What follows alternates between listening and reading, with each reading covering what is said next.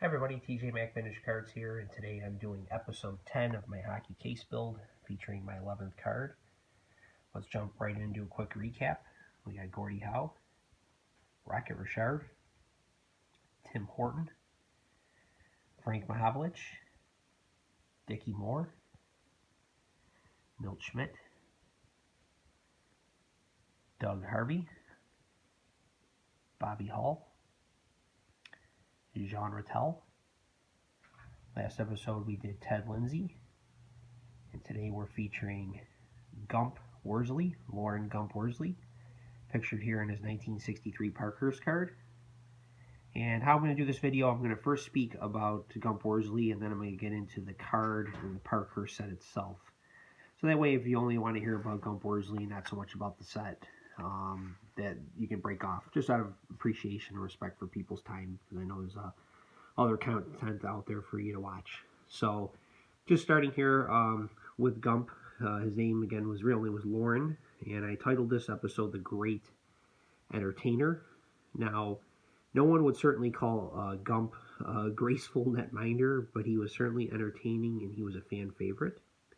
He looked nothing like a goalie. He was chubby, and legend has it that a coach called him out for his beer belly, and Worsley responded, "I'm strictly a ginger ale and Seagram's VO man. Don't drink beer." And he really didn't move like an athlete either, but that didn't stop the 5'7", 180-pound Gump. He said in an interview that I watched, "I didn't really have a style. I was just told to stop the puck. It doesn't matter what you look like, how tall you are, how much you weigh. If you can stop the puck, you are a goaltender." Now, his true name was Lauren, like I said, but as a child, he got the nickname Gump because his friends thought he looked like a chinless comic strip character named Andy Gump. And the Gumps was a comic strip that ran from 1917 to 1959. Now, Gump, he was the kind of guy, he wore his emotions on his sleeve throughout the game, and the fans just loved him. If a goal was scored on him, I was watching some video, he would get right up in anger, and he'd whack that puck with his goalie stick into the crowd.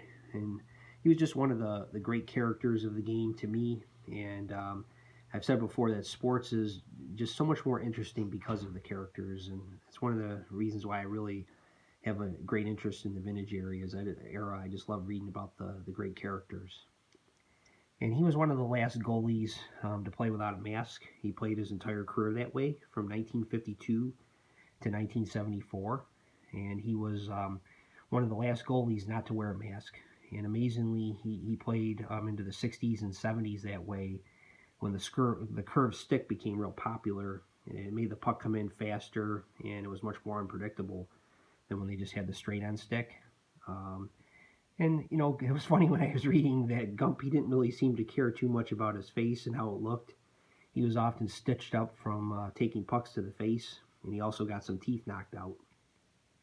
And I saw a video where they were talking about a play where Bobby Hull was coming down the ice with 30 seconds left in the game, and Gump thought he was going to pass it, but then Hull wound up and he took a slap shot that hit Worsley right in the ear, and the arena went silent as the trainers attended to him. It knocked him right out. He was just on the ground, laying there motionless.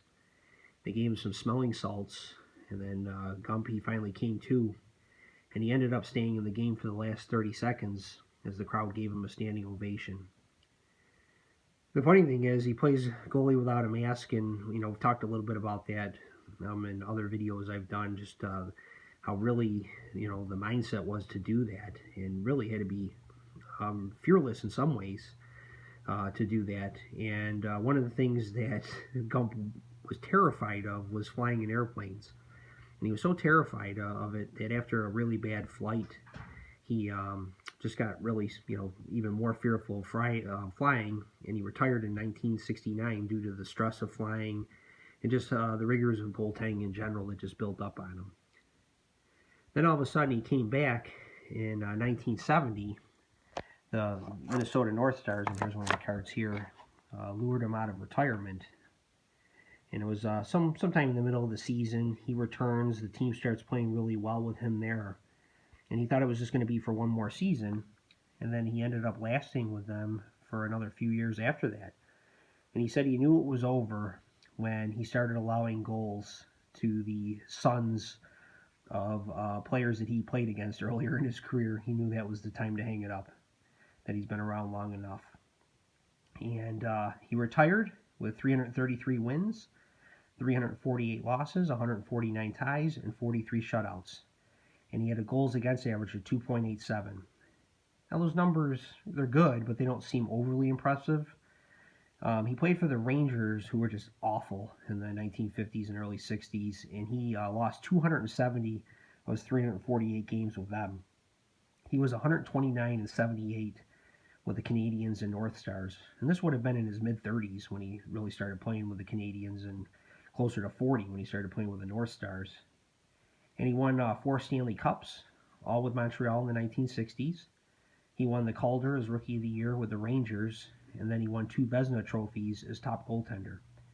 And he was inducted into the Hall of Fame in 1980.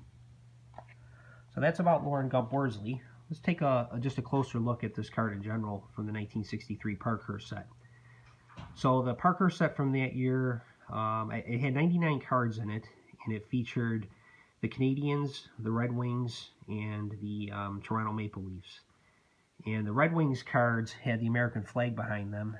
The Canadian cards, here's a 63 Parkhurst Mahavlich, had the Canadian flag behind it, the Canadian ensign flag. And this was the year prior to them going to the Maple Leaf in Canada, the flag with the Maple Leaf on it now. And then the Montreal had this this horizontal colored design behind it. Not all of them were blue. There were some that were different colors, like reddish, orange, and different ones than that. Then he had this really cool puck image with a facsimile autograph on it on the Canadian cards as well, that the other teams did not have. They also did for the Canadiens and the Maple Leafs are portrait cards, not just full body shots of some of the players. And then for the Red Wing cards, they only did the portrait shots. They didn't do any full body shots. So it was really interesting how they did it, design the set then. And then here's the back of the card. Not anything overly fancy about it, just a lot of writing on it. And one of the things that Parkhurst did at the time that Topps didn't do is they would try to lure you in with like gifts, like if you send so many packs, you can get this or that. They had different types of contests and catalogs and of items that you can get and things like that. Where Topps would usually put an insert in their pack, like a stamp or something like that. They both did have gum, though, at the time.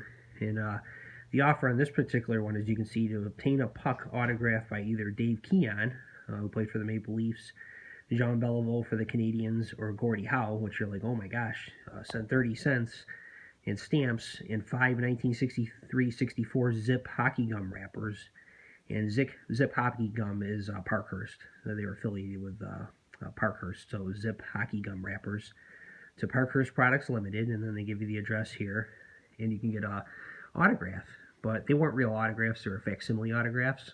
So, so I'm not sure if that's misleading to kids or not when you see the word autographed on it. But again, it was the 1960s, a little different time than what you would get today.